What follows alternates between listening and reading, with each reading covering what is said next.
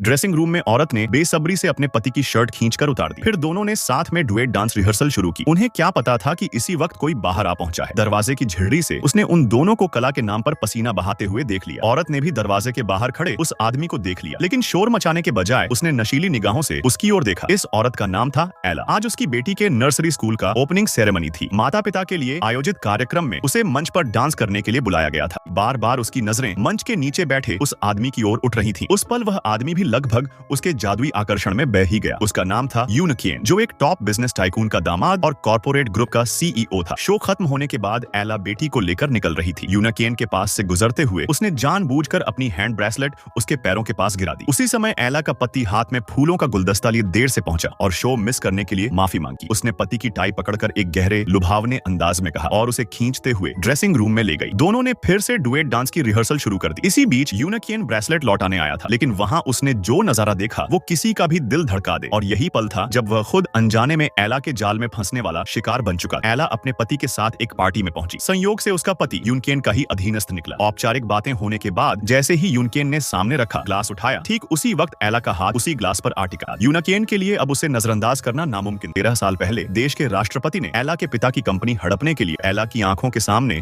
उन्हें बेरहमी से पीट पीट कर मार डाला गया। एक वकील ने एला को और तकलीफ से बचाने के लिए अपनी सारी जमा पूंजी लगाकर उसे विदेश भेज दिया। 13 साल बाद एला पहले से भी ज्यादा ताकतवर बनकर लौटी। उसका बदले का सफर शुरू हो चुका। उसका पहला निशाना था यून केन।